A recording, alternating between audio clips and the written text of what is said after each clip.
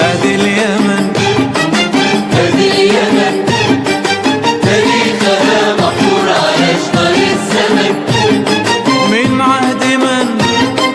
من عهد بلقيس وسبا وأروى التي ملكت عدن